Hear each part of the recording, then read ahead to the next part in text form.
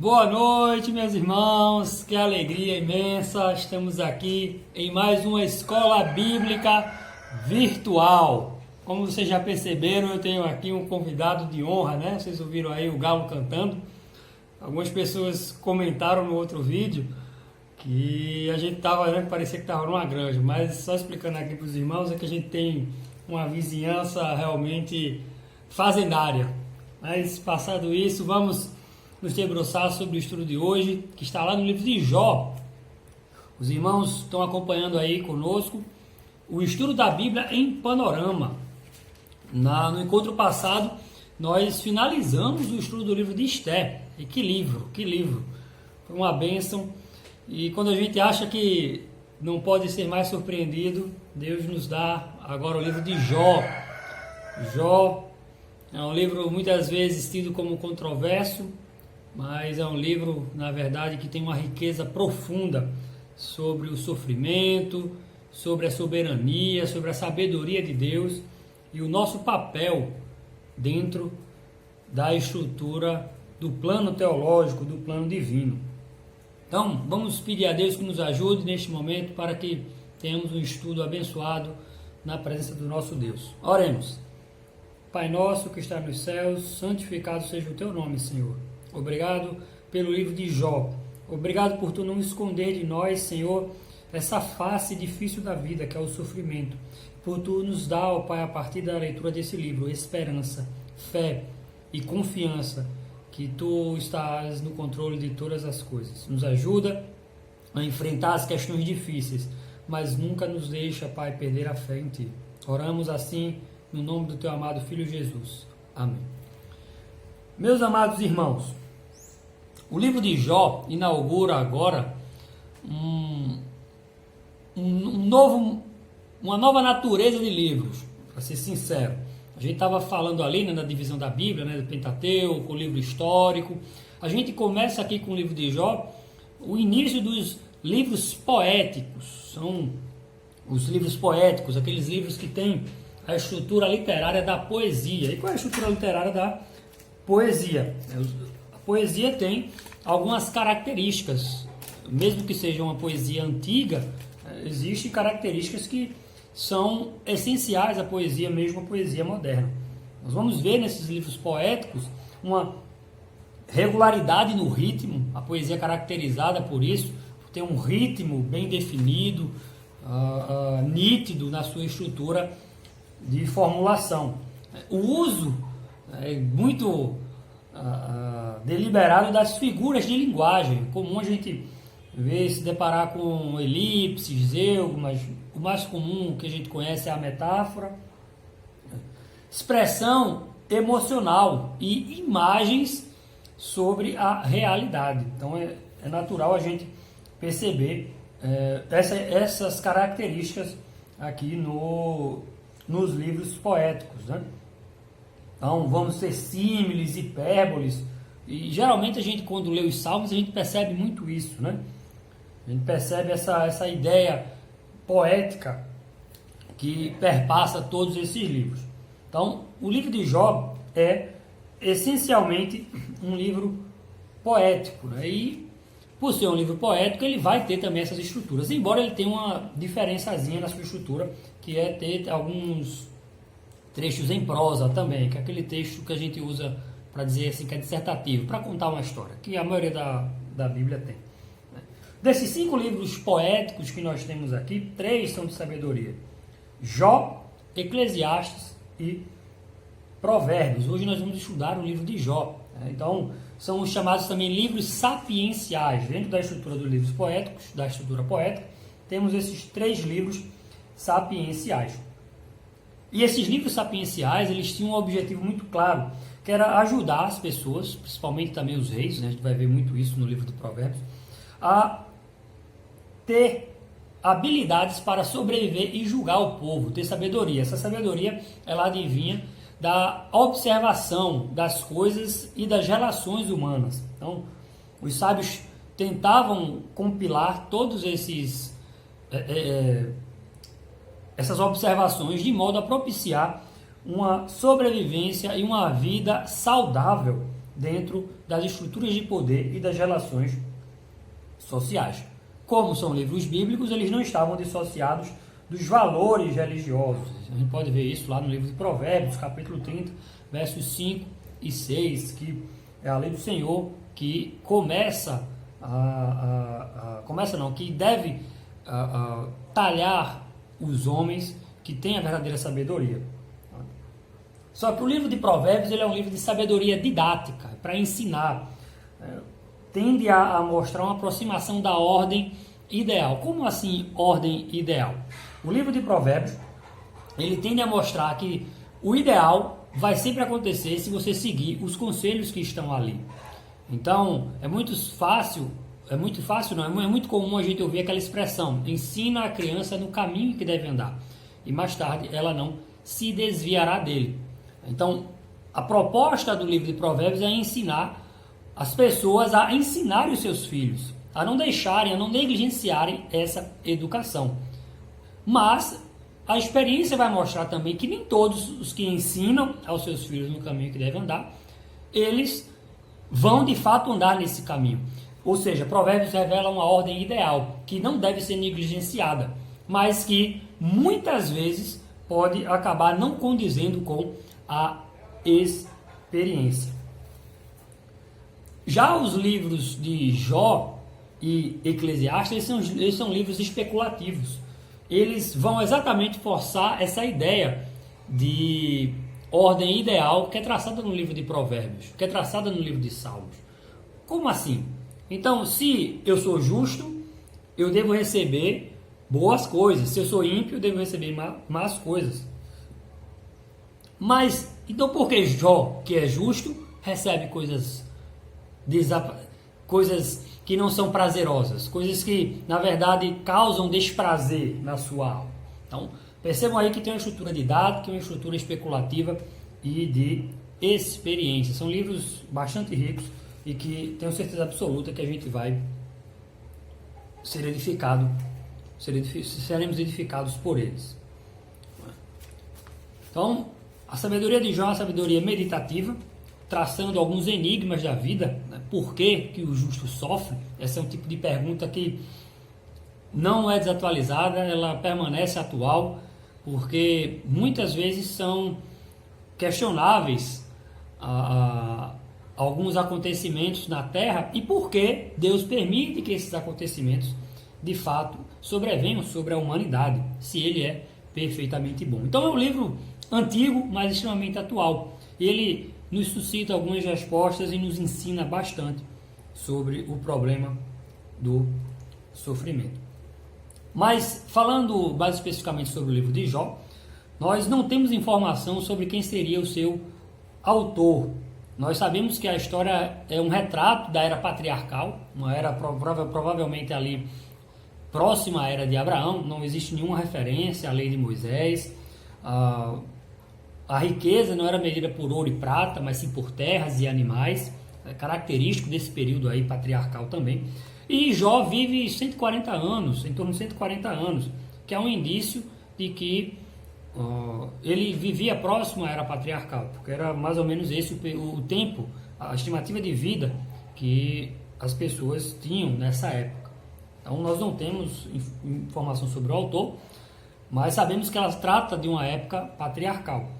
E nem sabemos qual foi a data da composição especificamente. Existem algumas disputas aí sobre se foi sobre o reinado de Manassés, se aconteceu pouco antes ou na época depois do exílio. A questão é que nós não vamos nos deter nessas informações que nós não temos, porque o livro de Jó, né, ele é considerado sim um livro inspirado por Deus, independentemente do autor. A mensagem que está aqui é divinamente inspirada. E a palavra-chave desse livro de Jó é sofrimento. Nós vamos ver aqui a expressão do sentimento, não só retórica, não só teórica, mas prática na vida de Jó. E mais para frente nós vamos ver qual é o versículo-chave. Eu não vou falar agora, porque senão a gente vai perder aí o suspense e eu quero deixar vocês um pouco curiosos sobre esse versículo-chave, mas eu tenho quase certeza que vocês já sabem qual é o versículo-chave desse livro de Jó. Gente, a gente tem uma estrutura aqui nesse livro, como a gente está tratando de um estudo panorâmico, bastante interessante. Nós vamos ter aqui um prólogo. O que é o prólogo? O prólogo é a introdução, é o começo, a explicação básica ali de por que Jó está passando pelo que passa.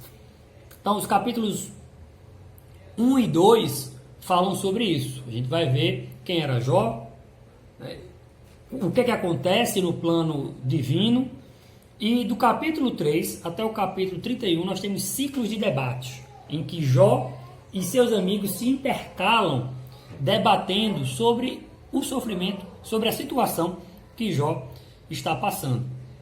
Os três amigos lá, Eliú, Bildade, Zofar e Elifas.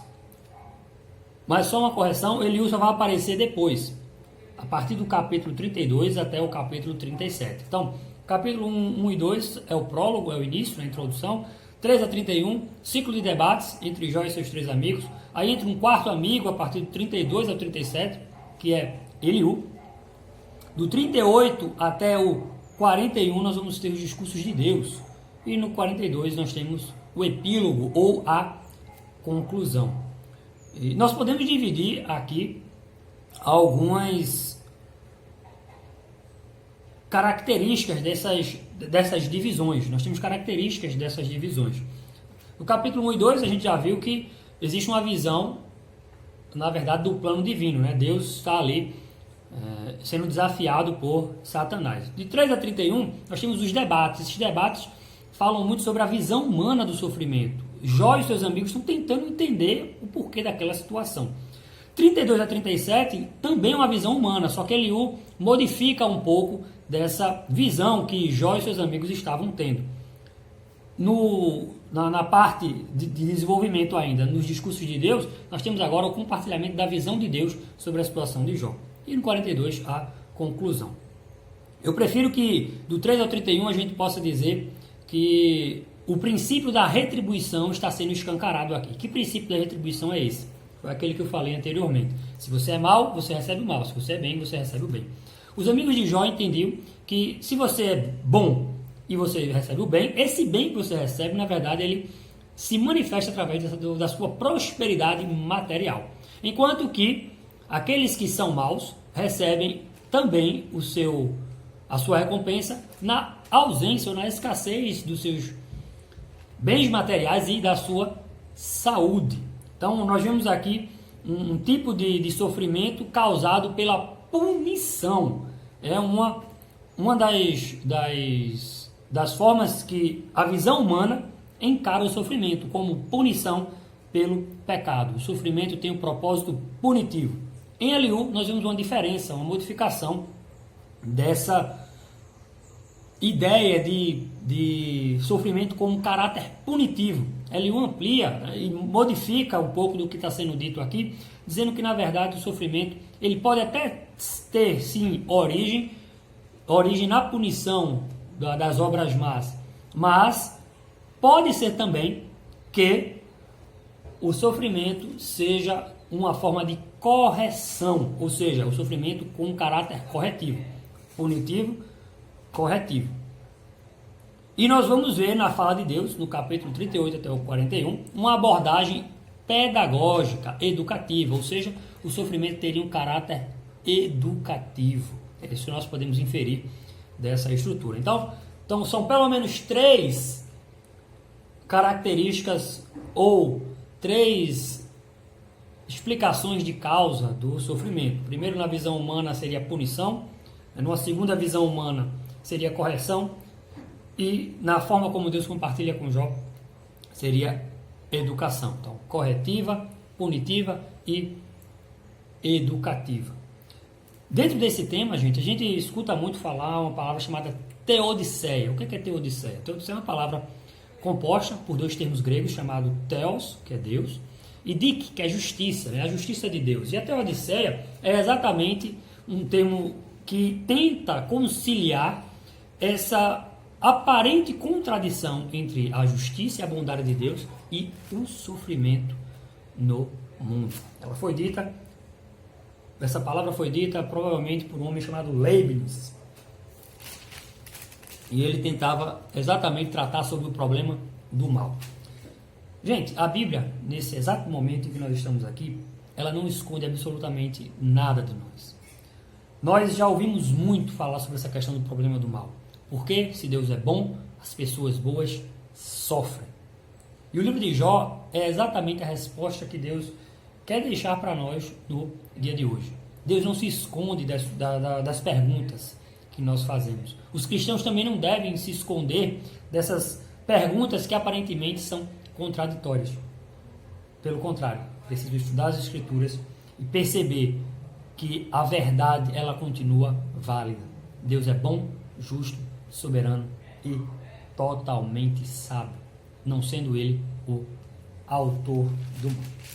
Mas vamos lá, vamos entender quem é Jó. Capítulo 1, verso 1. Havia um homem na terra de Uz, região ali do noroeste da Arábia, próximo de Edom. Edom era descendente de Esaú, cujo nome era Jó. Olha as características de Jó: homem íntegro e reto, temente a Deus e que se desviava do mal. O livro é bem claro e dá ênfase nessas características de Jó. Por quê? Nós vamos descobrir já já. E ele era um homem rico. A descrição do capítulo 1 vai mostrar aí até o verso 10, mais ou menos, que Jó é um homem rico. E essa sua riqueza não era uma riqueza desconhecida. Principalmente não era uma riqueza desconhecida dos seres celestes. No verso 11, Satanás está falando com Deus de que Jó, na verdade, só serve a Deus, só é íntegro, só faz sacrifícios ao Senhor porque ele recebe bênçãos. Ou seja, a integridade de Jó é, na verdade, uma barganha. Jó age movido por recompensas. E aí no verso 11, Satanás diz: estende, porém, a mão e toca-lhe em tudo quanto tem, e verás se não blasfema contra ti na tua face. Disse o Senhor a Satanás: eis que tudo quanto ele tem está em teu poder. Somente contra ele não estendas a mão.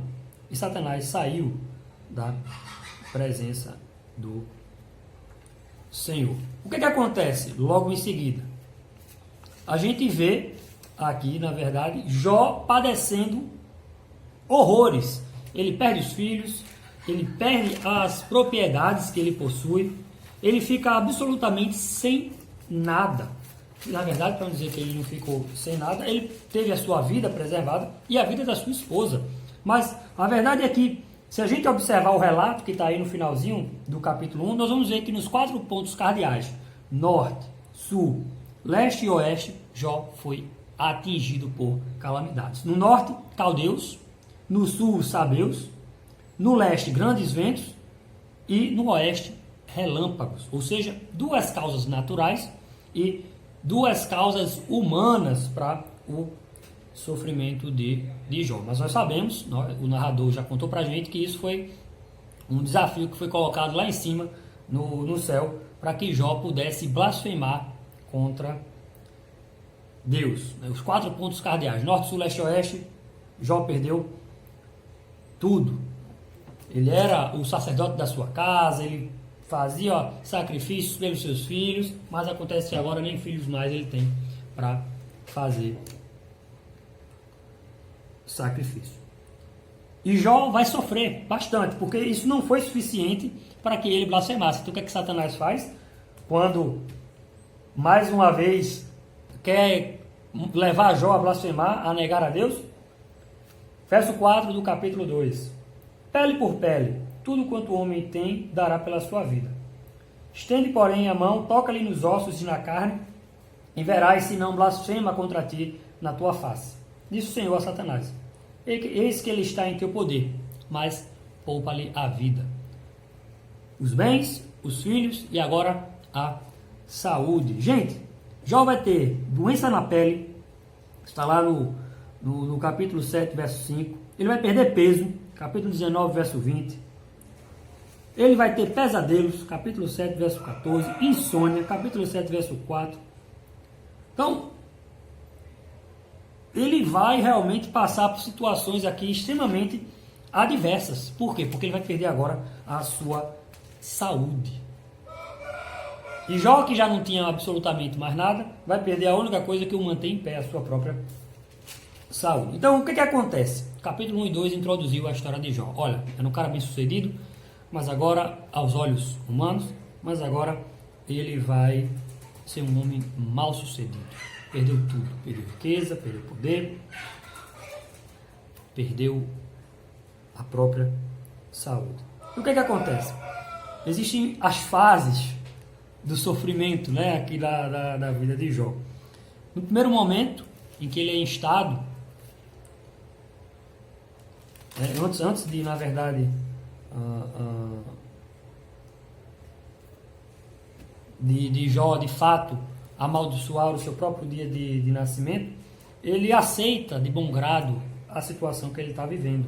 A mulher dele diz para ele amaldiçoar a Deus e morrer, mas na verdade Jó diz que ele não faria isso, aceitou o bem de Deus e caberia também a ele aceitar essa situação, e que nu saiu do ventre da mãe e nu voltaria. O Senhor Deus deu e o Senhor Deus tomou. Então, bendito seja o nome do Senhor mesmo diante dessa situação. Acontece que no capítulo 3 até o capítulo 31, a gente não vai destrinchar aqui os discursos todos de Jó. Eu vou só selecionar algumas passagens aqui para poder provar a vocês que essa divisão que a gente fez é uma divisão correta, que ataca os principais pontos aqui do livro. Então, o que acontece? No primeiro momento, Jó mostra tranquilidade, paciência. A paciência de Jó, ela atua. Já fez, não, eu vou esperar. Eu vou esperar. Deus me deu, Deus tomou, tudo bem. Mas aí no capítulo 3 ele começa a chorar e a lamentar. E na verdade ele amaldiçoa o próprio dia, né, que nasceu. Depois disso passou Jó a falar e amaldiçoou o seu dia natalício. Disse Jó: pereça o dia em que nasci e a noite em que se disse foi concebido um homem. Nós sabemos que essa maldição que ele diz aqui não é uma maldição que tenha um efeito, porque não vai retroagir. Ele olhou para o passado, né, e pensou que melhor seria que não tivesse nascido, porque ele está vivendo agora a situação de extrema calamidade. Não tenho descanso, não tenho sossego, nem repouso, e já me vem grande perturbação. Verso 26 aí, do capítulo 3. Só que o que acontece? 3 amigos se dispõem a ajudar Jó. E esses amigos vão começar a falar a Jó, para Jó melhorar ou entender a situação que ele passa. E como assim entender ou melhorar a situação? Aqui nós temos uma abordagem legalista, ou a visão da sabedoria humana sobre o sofrimento. Elifas, Bildad e Zofar começam a colocar diante de Jó que o que as pessoas recebem, na verdade, é fruto daquilo que elas praticam. Ou seja, existe uma relação de causa e consequência. Se Jó, como Elifas acredita que é, no capítulo 4, é íntegro, ele espera, porque essa situação vai passar. O sofrimento para quem é inocente é temporário. Se ele é inocente, ele não precisaria se alarmar, porque Deus em algum momento faria com que essa situação que ele vive passasse. E Elifas exorta exatamente que Jó busque a Deus. Só que o que acontece? Jó mostrou tranquilidade no começo, começou a chorar e lamentar, e agora Jó começa a questionar e contestar. No último momento ele vai entender o porquê, ou perceber que o que ele está perguntando não tem muita razão de existir. Então, dentro dessa perspectiva, gente, deixa eu só pegar aqui as minhas anotações. Exatamente, os seus amigos falam que a ideia do sofrimento de Jó tem a ver exatamente com os atos que ele pratica. Embora eles não saibam que situação seja essa, né? Elifas aborda esse momento aí da punição ser temporária. os seus outros amigos começam, na verdade, a acusá-lo de alguns erros ou de pecado. Por quê? Porque na cabeça deles, a lei da retribuição, aquele que faz mal recebe o mal, não acomete inocentes, só acomete pessoas culpadas. Então, por que o sofrimento aconteceria com Jó se ele não é alguém que é culpado? Elifas diz isso, né? Se você é inocente, você vai passar por isso, é um sofrimento temporário. Bildade coloca que é uma retribuição, está lá, temporário, 4:7 aqui no Elifas. Lembra-te, acaso já pereceu algum inocente? E de onde foram os retos destruídos? Então, Jó, é temporário. Se você não fez nada, não tem problema. Bildade, vamos lá para o capítulo 8, verso 4. Se teus filhos pecaram contra ele, também ele os lançou no poder da sua transgressão, ou seja, atitude retributiva. Jó poderia até não ter pecado, mas seus filhos podem ter pecado. E Deus retribuiu o mal que eles tinham praticado. E Zofar, no capítulo 11, versos 5 e 6, diz que, falasse Deus e abrisse os seus lábios contra ti, e te revelasse o segredo da sabedoria, da verdadeira sabedoria, que é muito forte. Sabe, portanto, que Deus permite que seja esquecida parte da tua iniquidade. Zofar acusa Jó aqui de pecado.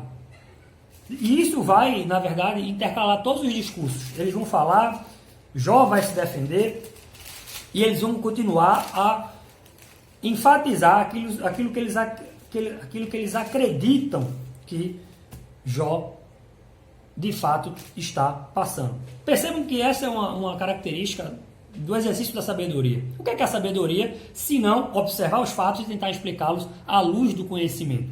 Esses homens estavam, na verdade, usando ou colocando a sua sabedoria à disposição das explicações que eles achavam ser plausíveis. Não poderia, na cabeça deles, existir uma outra lógica. E essa era a lógica da época de Jó. Era a lógica, inclusive, do próprio Jó. E Jó começa a se queixar, ele começa a se lamentar. Ele já chorou, ele já se lamentou, já amaldiçoou os seus dias. E aí você percebe, né, que ele, no primeiro momento, aceita a situação, no segundo ele chora e lamenta. Agora ele vai pedir para morrer, capítulo 6. Veja em que situação está. Ele pede para Deus abandoná-lo e para que ele morra. Verso 8 do capítulo 6. Quem dera que se cumprisse o meu pedido e que Deus me concedesse o que eu anelo. Que fosse do agrado de Deus esmagar-me, que soltasse a sua mão e acabasse comigo. Isto ainda seria a minha consolação. E saltaria de contente na minha dor, que ele não poupa.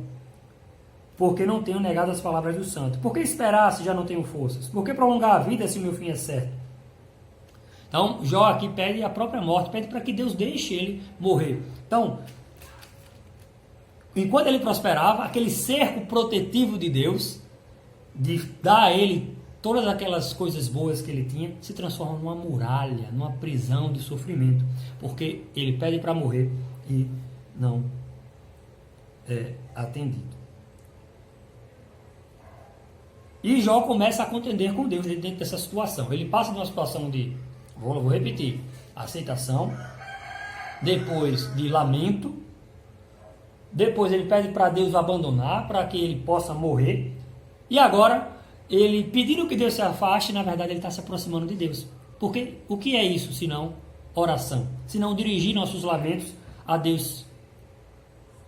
O que é isso, senão oração? Então, na tentativa de se afastar de Deus, Jó, na verdade, se aproxima dele e contende com Deus, apresenta as suas queixas. Capítulo 7, verso 20. Se pequei, que mal te fiz a ti, ó espreitador dos homens? Por que fizeste de mim um alvo para ti, para que a mim mesmo me seja pesado? Jó está discutindo com Deus, ele está colocando para fora aquele sentimento que está dentro dele, que ele acha que não fez nada contra Deus que justificasse aquela situação que ele estava passando. Então, os ciclos vão acontecer aí naturalmente, e agora eu vou pular com vocês, porque esses ciclos, eles vão continuar, como eu falei, até o capítulo 31. Mas tem algumas coisas que eu, antes de chegar no capítulo 31, que eu queria destacar aqui em alguns outros capítulos. Dentro desse ciclo de debates, no capítulo 13, Jó defende a sua integridade. Olha o que ele diz, capítulo 13, verso 15.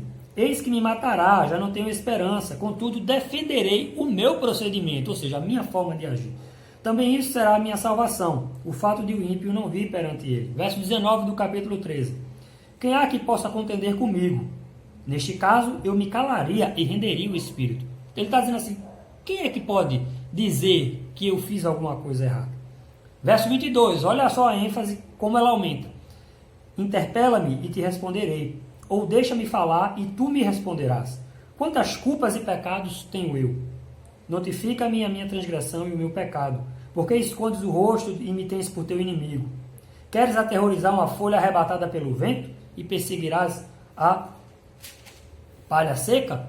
Ele está aqui defendendo sua integridade, dirigindo exatamente essas questões para mostrar que ele não fez absolutamente nada. Que pelo sistema legalista, retributivo, não fazia sentido ele estar recebendo aquele sofrimento. Além de estar sendo acusado aqui pelos seus amigos, porque a lógica, a sabedoria do tempo exigia que Jó tivesse feito alguma coisa. E nós sabemos, na verdade, que esse não era o caso.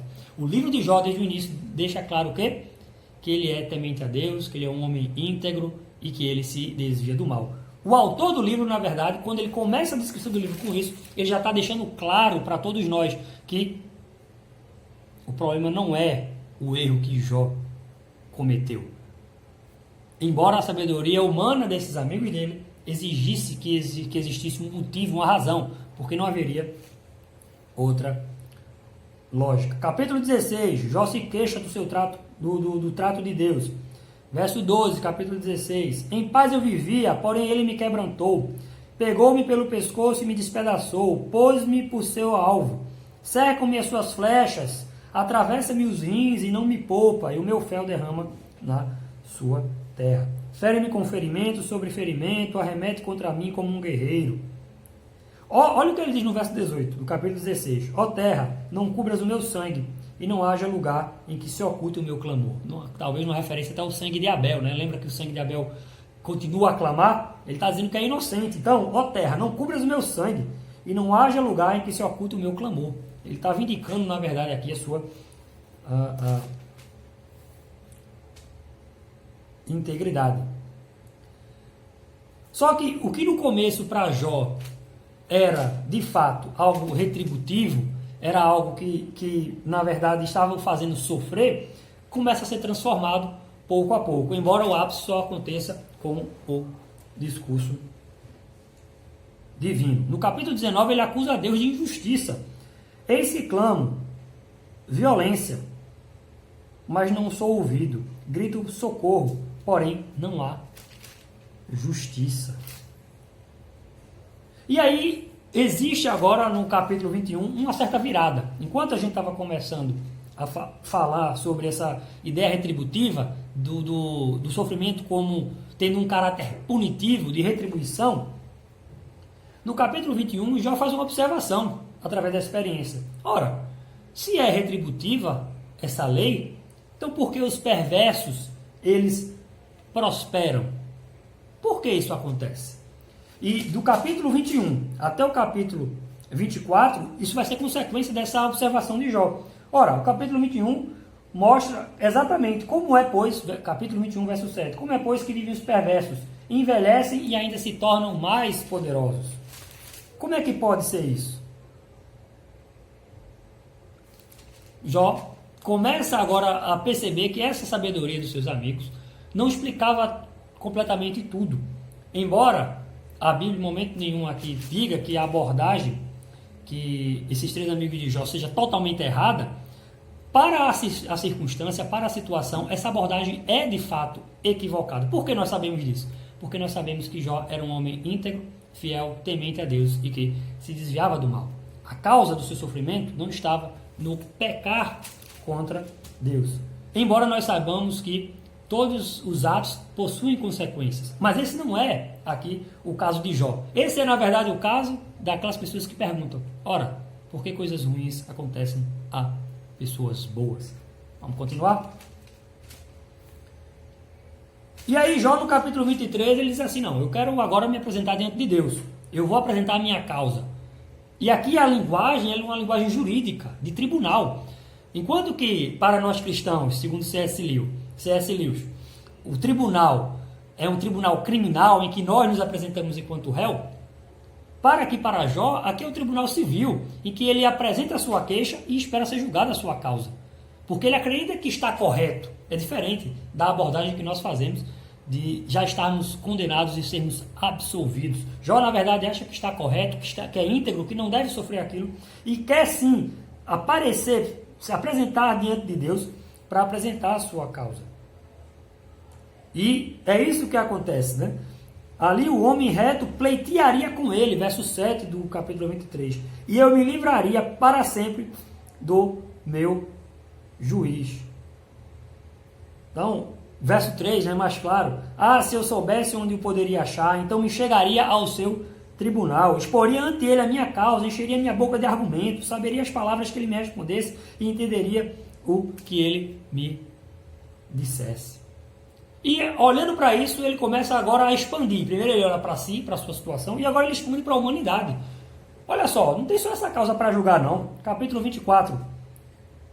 Por que o Todo-Poderoso não designa tempos de julgamento? Ele está pedindo para... Por que Deus não senta aqui um banquinho e vai julgar as coisas que estão erradas? Quais são as coisas que estão erradas que ele descreve aqui? Os que roubam, removem limites e roubam os rebanhos apacentam, levam do órfão o jumento, da viúva, desviam do caminho aos necessitados, e aos pobres da terra todos têm de esconder-se. Como asnos monteiros no deserto, saem estes para o seu mister, à procura de presa no campo aberto. No campo cegam o pasto do perverso e lhe rabiscam a vinha.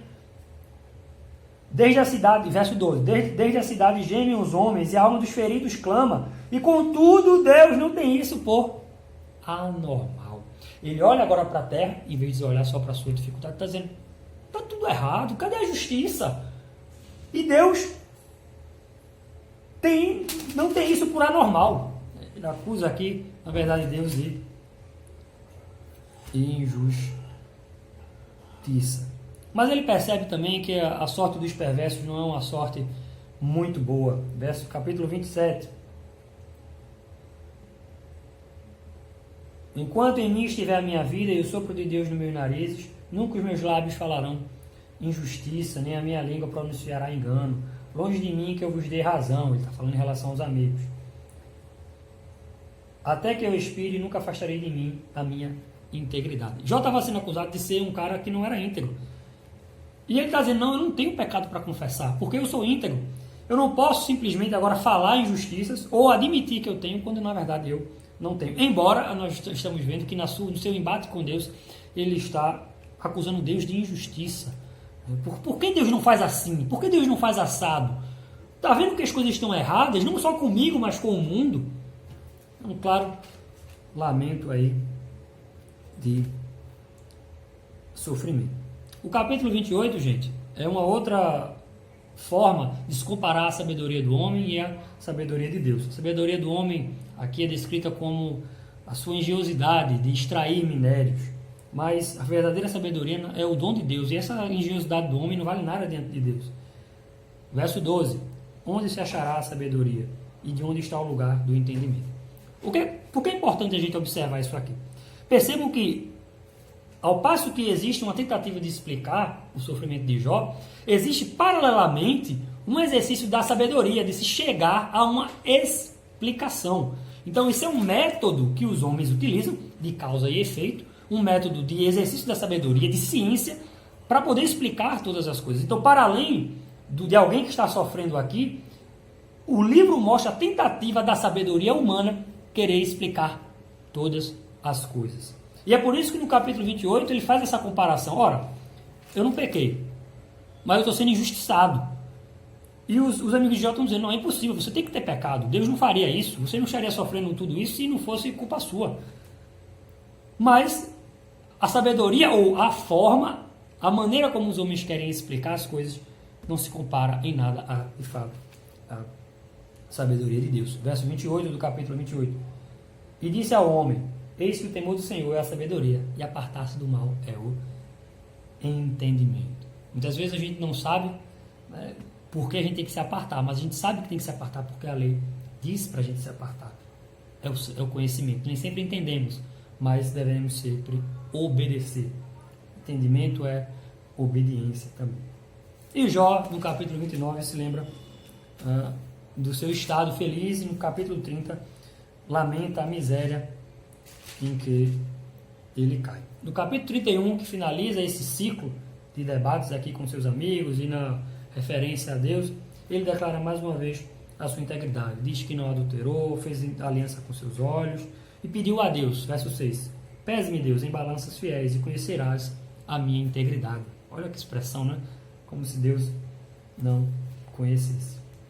Do capítulo 32 até o capítulo 37, como eu falei, Eliú aborda agora a justiça corretiva. Capítulo 33, do versos 13 até o verso 17. Primeira coisa que Eliú diz: Deus não tem que prestar contas a você. Por que você briga com ele, afirmando que não te dá conta de nenhum dos seus atos? Pelo contrário, Deus fala de um modo sim, de dois modos, mas o homem não atenta para isso.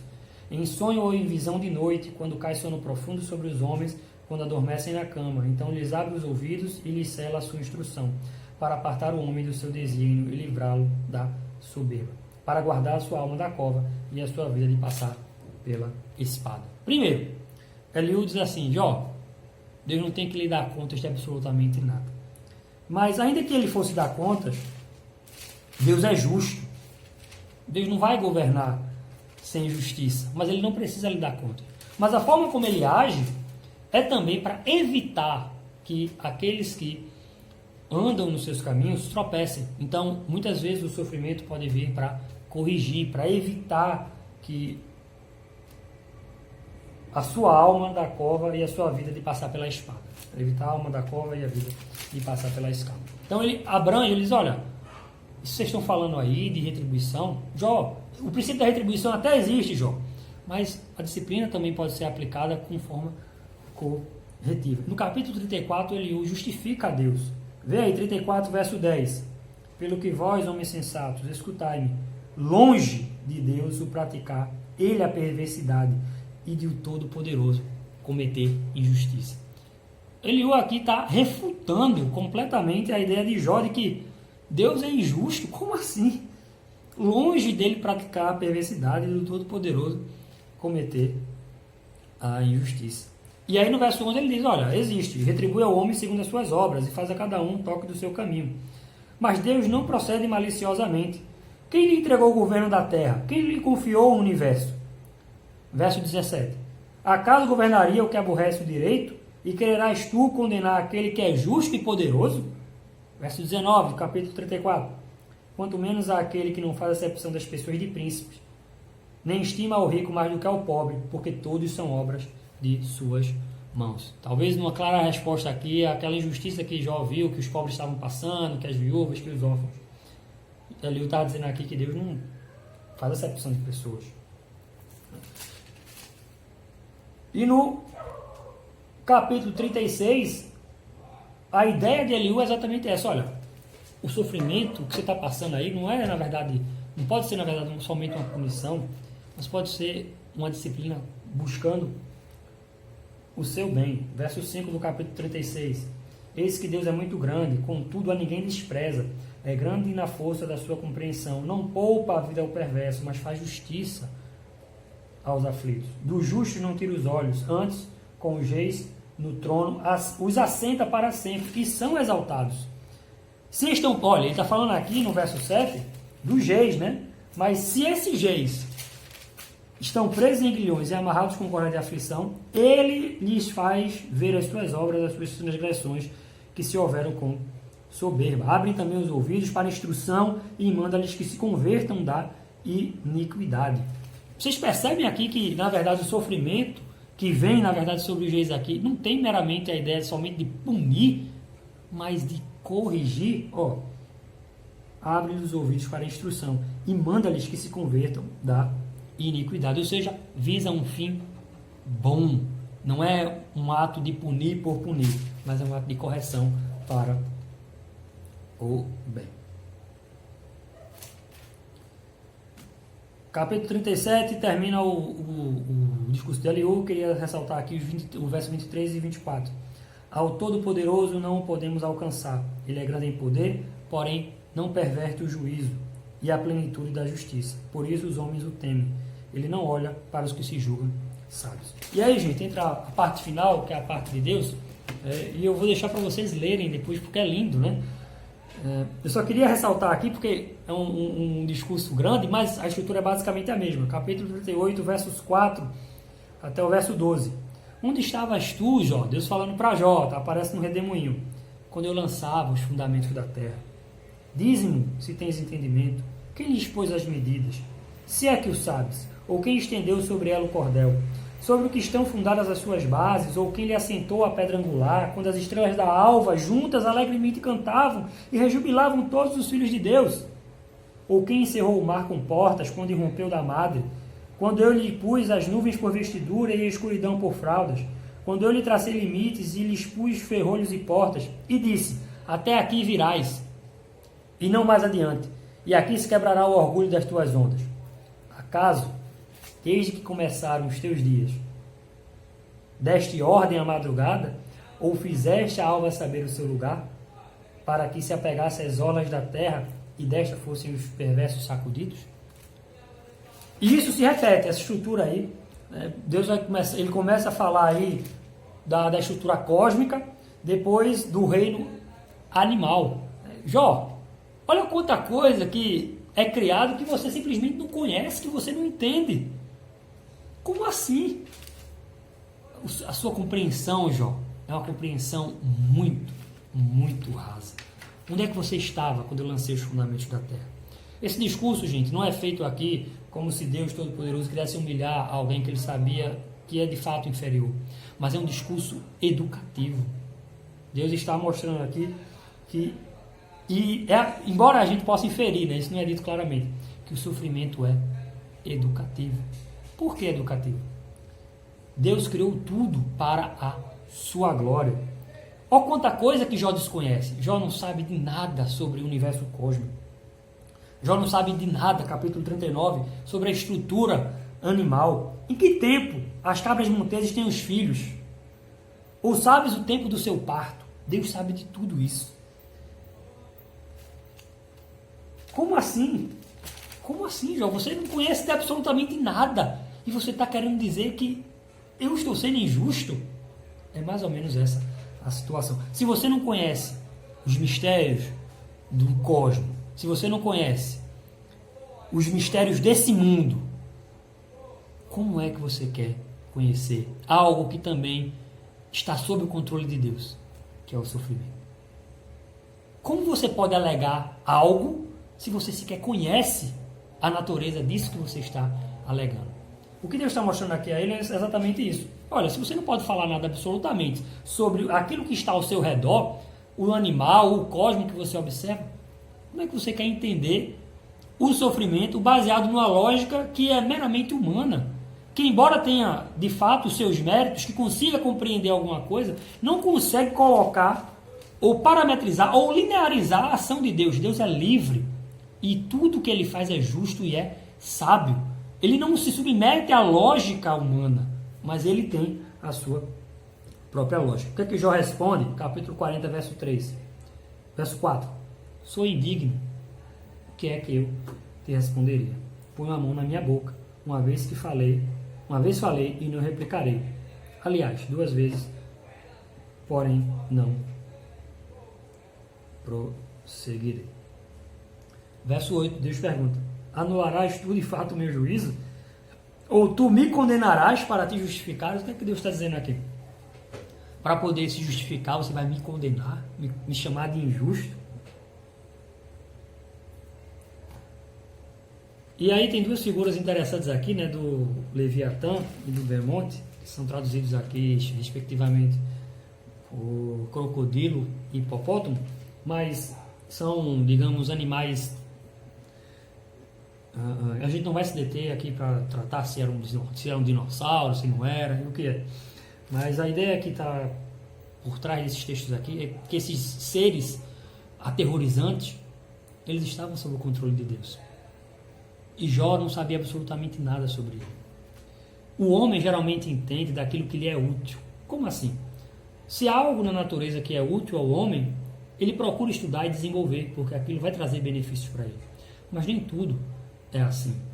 Com Deus não é assim. Tudo que Deus criou, Ele criou por um propósito, por uma razão. E Ele conhece perfeitamente o funcionamento de tudo. E por conhecer perfeitamente o funcionamento de tudo, Ele sabe exatamente o que vai acontecer e qual o fim aqui vai chegar.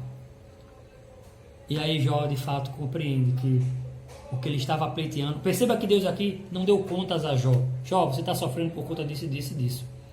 Deus fez assim: Jó, você não conhece tudo para fazer afirmações tão severas. Se você não conhece, tudo que você está falando aí, na verdade, não faz sentido algum, porque você está falando de algo que você não conhece. É como querer entender completamente uma imagem, quando na verdade está faltando uma peça, ou a peça central. São conjecturas, João. E são conjecturas de alguém que não conhece nada perto do conhecimento que eu tenho. Então Deus tira Jó da jogada mostrando exatamente isso. Que Jó não tinha sabedoria, que Jó tinha sabedoria humana, que é limitada. E não conhecia perfeitamente todas as coisas e a finalidade de todas as coisas. Então Jó começa a perceber aqui que o sofrimento, na verdade, não é algo que Deus fez contra ele pessoalmente, ou para machucá-lo, ou para... Não. Tem um propósito que ele desconhece. E que, por conhecer agora que Deus é infinitamente sábio e justo, vai trazer benefícios para a vida de Jó. A justiça de Deus aqui é inferida a partir da sua sabedoria. O que é que está descrito aqui? Porque Deus é infinitamente sábio. É impossível que a sua justiça seja invalidada. Como ele conhece tudo, isso que eu estou passando tem sentidos muito maiores do que eu sequer imagino. Então eu vou confiar, porque ele é justo. Porque ele é extremamente sábio, eu sei que eu posso confiar nesse julgamento divino. E esse sofrimento, no final das contas, traz um resultado muito bom, que era exatamente o versículo-chave na nossa lição de hoje.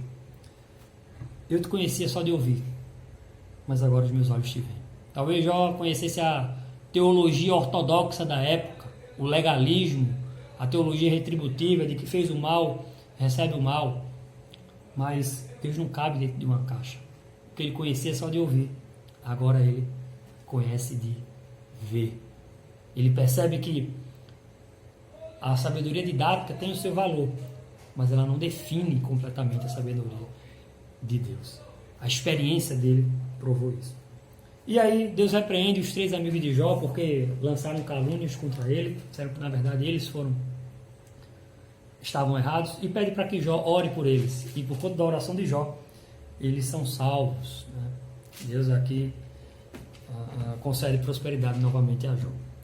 Gente, tem 2 coisas aqui que são refutadas ao longo do livro. A primeira é o desafio que Satanás faz a Deus, de que não poderia haver uma integridade abnegada. O que é isso? Alguém servir a Deus simplesmente por servir, sem visar em recompensa. Quando Jó mantém a sua integridade, ele refuta Satanás dizendo: existe sim integridade abnegada. Jó me serve pelo que eu sou e não pelo que eu posso oferecer. Ou seja, conceder bênção a alguém da parte de Deus não o afasta, ou não deveria afastar essa pessoa de Deus. Quando Deus, essa lógica de Deus conceder bênçãos não é o motivo pelo qual os homens servem a Deus. E a segunda refutação é a sabedoria humana.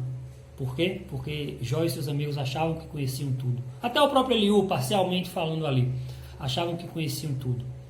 Mas eles perceberam que, por mais que eles fizessem esforço, eles não poderiam compreender perfeitamente os planos e os propósitos divinos e eternos. Gente, dito isso, eu queria finalizar com 2 coisas. A primeira é falando sobre Cristo em Jó. Como é que a gente pode ver Cristo em Jó? Ora, embora Jó, humano, feito do barro, sofresse inocente, quem é a maior expressão do sofrimento inocente? Jesus Cristo. Ele é a ovelha que foi levada para o matadouro. Sofreu calado. Pedro vai dizer que é o justo pelos injustos. Se Jó sofreu, digamos assim, inocentemente, Jesus Cristo é a maior expressão do sacrifício vicário inocente, mas proposto pelo próprio Deus, segundo o beneplácito da sua vontade, para um fim glorioso e para a salvação daqueles que creem. O sofrimento de Cristo nos ajuda a caminhar.